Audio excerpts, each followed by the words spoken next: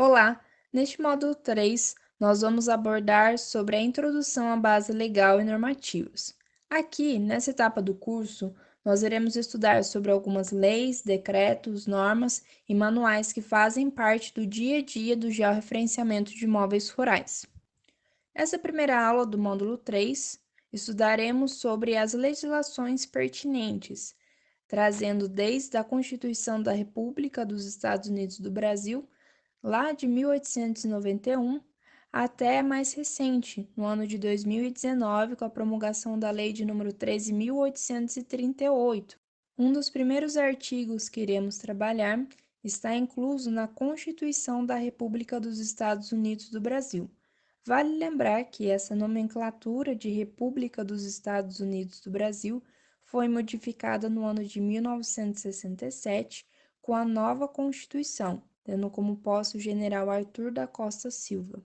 Então, o documento ele deixa o nome de República dos Estados Unidos do Brasil e passa a ser denominado somente como Constituição do Brasil.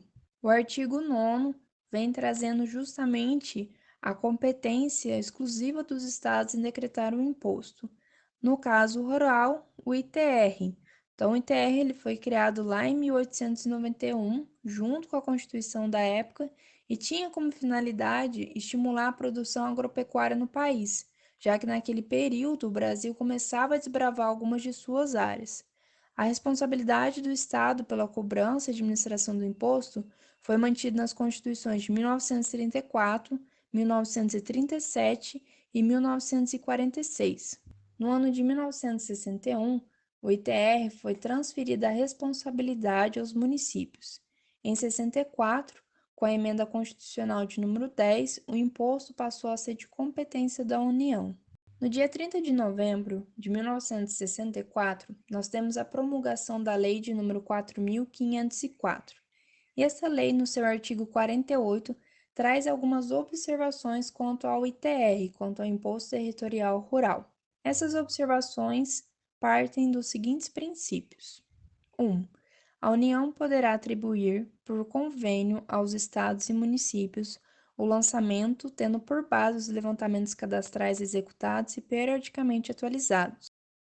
2. A União também poderá atribuir por convênio aos municípios a arrecadação, ficando a eles garantida a utilização da importância arrecadada. 3. Quando a arrecadação for atribuída por convênio ao município, à União caberá o controle da cobrança. 4. As épocas de cobrança deverão ser fixadas em regulamento, de tal forma que em cada região se ajustem o mais possível aos períodos normais de comercialização da produção. 5. O imposto arrecadado será contabilizado diariamente como depósito à ordem, exclusivamente do município a que pertencer, e ele entregue diretamente pelas repartições arrecadadoras no último dia útil de cada mês. 6. O imposto não incidirá sobre sítios de área não excedente a 20 hectares, quando os cultive só ou com sua família, ou proprietário que não possua outro imóvel.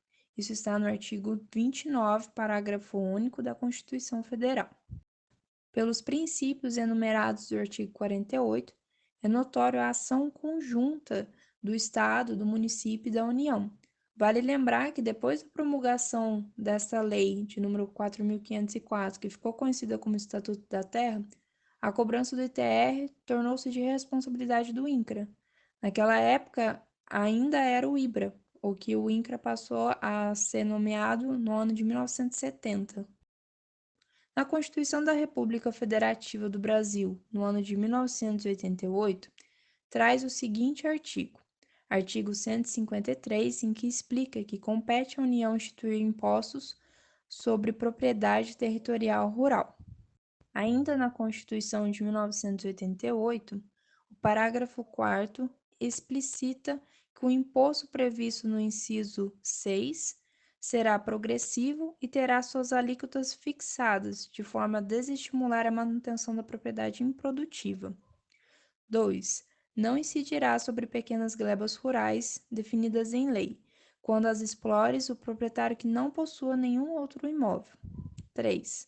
Será fiscalizado e cobrado pelos municípios, que assim que optarem na forma da lei, desde que não implique redução do imposto ou qualquer outra forma de renúncia fiscal. Estas observações foram criadas justamente porque o ITR nunca chegou a constituir uma boa fonte de receita e tampouco conseguiu promover algumas mudanças que eram desejáveis no meio rural, voltadas às relações econômicas e sociais na agricultura brasileira. Então, o governo federal, vendo a situação que estava, ele resolveu desenhar esse novo cenário para o ITR, lançando então como competência da União a cobrança dos impostos, de forma que sejam cada vez mais fiscalizados pelos municípios, e assim se optarem conforme essa lei, desde que não impliquem na redução de imposto ou qualquer outra forma de renúncia que seja fiscal.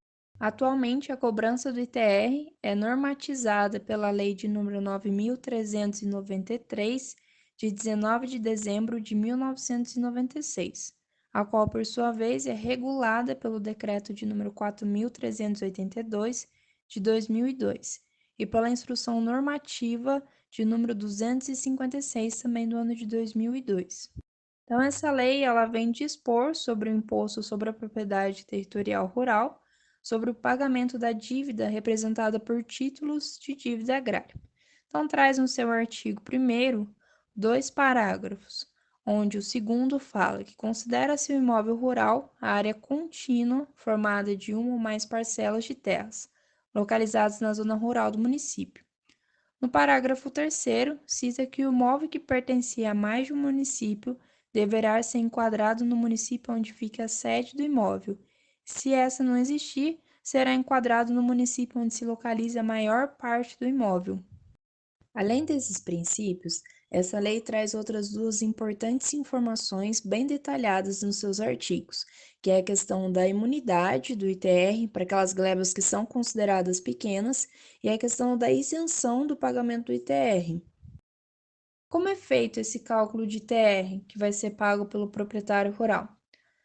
O cálculo, ele deve considerar o valor de imóvel e o seu grau de utilização. O valor da propriedade é dado pelo chamado de valor da terra nua, que representa o valor de mercado do imóvel. Isso exclui todos os valores de construções, das instalações, das benfeitorias, das culturas, de florestas, passagens cultivadas ou melhoradas da propriedade.